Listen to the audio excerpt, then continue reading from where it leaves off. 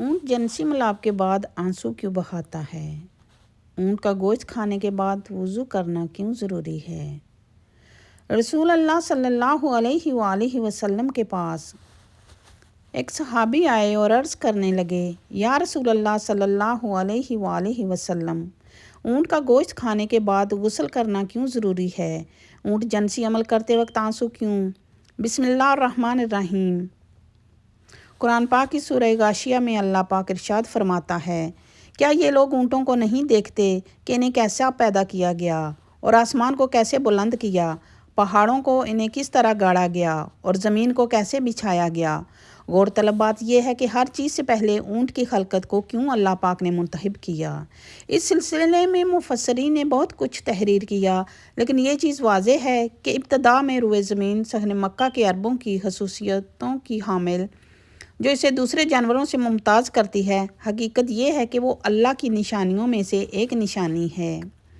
پھر یہ بھی بعض جانور ایسے ہیں کہ جن کے صرف گوشت سے فائدہ اٹھایا جا سکتا ہے، بعض ایسے ہیں کہ جن کے صرف دودھ سے استفادہ کیا جا سکتا ہے، بعض ایسے ہیں جو صرف سواری کے کام آتے ہیں اور بعض صرف بار برداری کے کام آتے ہیں، لیکن اونٹ ایسا جانور ہے جس میں یہ تمام خصوصیتیں پائی جاتی ہیں۔ ناظرین، آج کی ویڈیو بنانے کا جو مقصد ہے وہ یہی ہے کہ آخر اللہ پاک نے اونٹ کا ذکر ضرور کیوں سمجھا؟ اونٹ سانپ کیوں کھاتا ہے؟ اونٹ کا گوشت کھانے کے بعد وضو کرنا کیوں ضروری ہے؟ اونٹ جنسی ملاپ کے بعد روتا کیوں ہے؟ اونٹ کے عربی معنی خوبصورت کے ہوتے ہیں۔ اونٹ دو قسم کے ہوتے ہیں، ایک کوہان والے، اور وہ کوہان والے اونٹ کی سب سے بڑی خصوصیت یہ ہے کہ وہ اپنی کوہان میں چکنائی جمع کر لیتا ہے اور ضرورت کے وقت اس چکنائی کو غذا کے طور پر استعمال کرتا ہے۔ اونٹ طویل عرصے تک پانی پیے بغیر زندہ اس لیے رہ لیتا ہے کہ اس میں ریڈ بلڈ سیلز پائے جاتے ہیں جس سے وہ پانی کو جمع کرتا ہے۔ اونٹ ایک ایسا جانور ہے جو بھاری وزن اٹھا کر بھی روزانہ 40 کلومیٹر سفر طے کر سکتا ہے۔ اونٹ 16 میل فی گھنٹہ کے حساب سے سفر کرتا ہے۔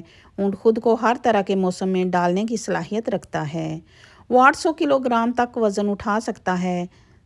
دو قسم کے اونٹ بہت ہی مشہور ہیں۔ پہلا وہ اونٹ جس کی کوہان لمبی ہوتی ہے، دوسرا وہ اونٹ جس کی دو کوہانیں ہوتی ہیں اور 40 میل فی گھنٹہ کی رفتار سے دوڑتا ہے۔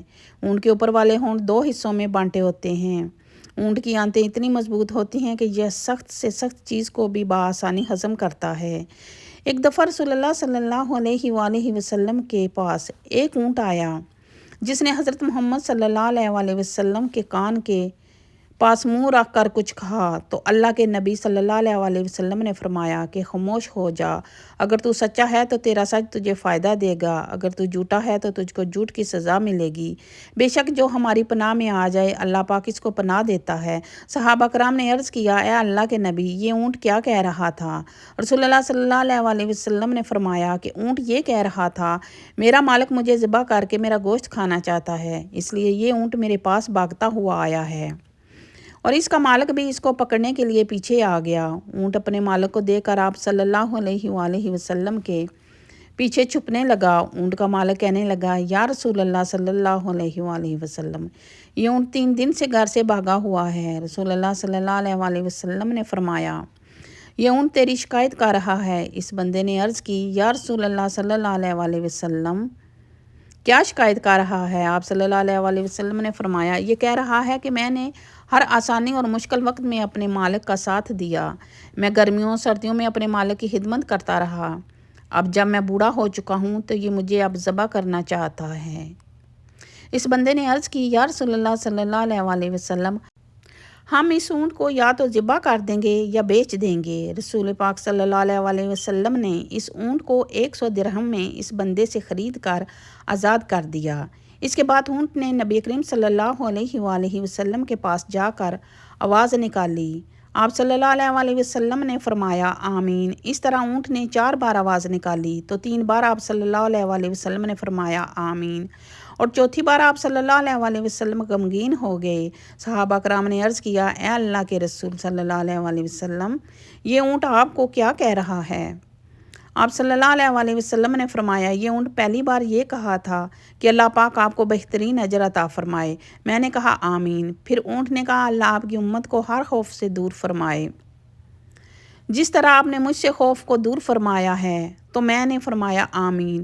پھر اونٹ نے کہا اللہ پاک آپ کو دشمنوں سے اس طرح محفوظ رکھے جس طرح آپ نے مجھے میرے خوف سے محفوظ رکھا۔ پھر آقا صلی اللہ علیہ وسلم نے فرمایا آمین۔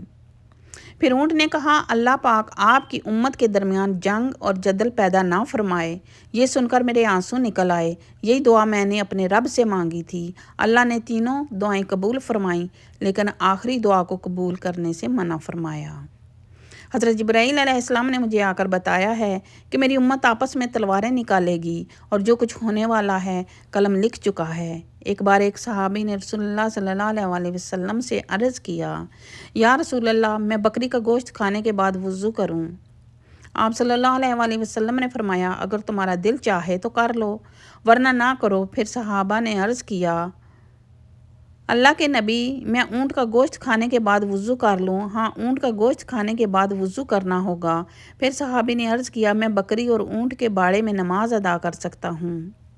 آپ صلی اللہ علیہ وسلم نے فرمایا بکری کے باڑے میں نماز ادا کر سکتے ہیں لیکن اونٹ کے باڑے میں نماز نہیں ادا کر سکتے، لیکن اونٹ کا گوشت کھانے کے بعد وضو کرنا لازمی ہوگا۔ یہاں ایک بات قابل ذکر ہے کہ اونٹ کو ایک انوکھی بیماری لگتی ہے جس کے علاج کے لیے اس کو سانپ کھانا پڑتا ہے۔ اس بیماری کا نام حیام ہے۔ یہ بیماری لگتے ہی اونٹ کھانا پینا چھوڑ دیتا ہے اور مرنے تک مشرق سے مغرب تک سورج کو ہی دیکھتا رہتا ہے۔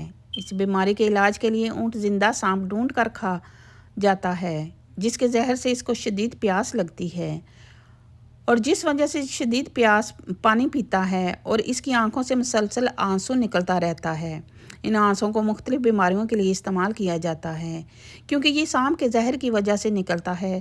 سانپ کھانے کے بعد زیادہ پانی پینے اور آنسوؤں کے آنے کے بعد ہی حیام کی بیماری ختم ہو جاتی ہے۔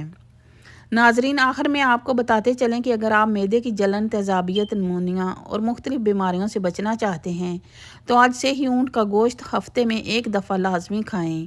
اونٹ کبھی بھی اپنی ماں کے ساتھ جنسی عمل نہیں کرتا۔ عربی کی ایک کتاب میں یہ واقعہ لکھا تھا کہ ایک آدمی نے اونٹ کی آنکھ پر کپڑا باندھ کر جنسی ملاب کرنے کے لیے اس اونٹ کو اس کی ماں کے اوپر ہی چھوڑ دیا۔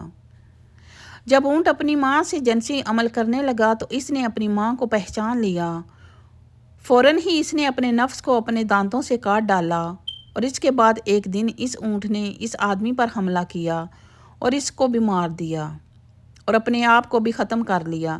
رسول اللہ صلی اللہ علیہ وسلم کے پاس ایک اونٹنی اور ایک اونٹ تھا۔ اونٹ کا نام عزوا اور جبکہ اونٹنی کا نام قصوا تھا۔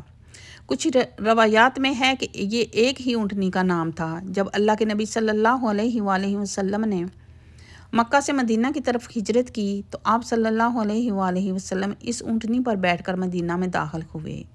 اس اونٹنی پر رسول اللہ صلی اللہ علیہ وسلم نے حجۃ الوداع کا آخری خطبہ بھی دیا۔ جب رسول اکرم صلی اللہ علیہ وسلم کا وصال مبارک ہوا تو اس اونٹنی نے سب کچھ کھانا پینا چھوڑ دیا اور وہ سارا دن پاگلوں کی طرح مدینہ کی گلیوں میں گھومتی رہتی اور ایک دن اسی طرح پیاسی بھوکی مر گئی۔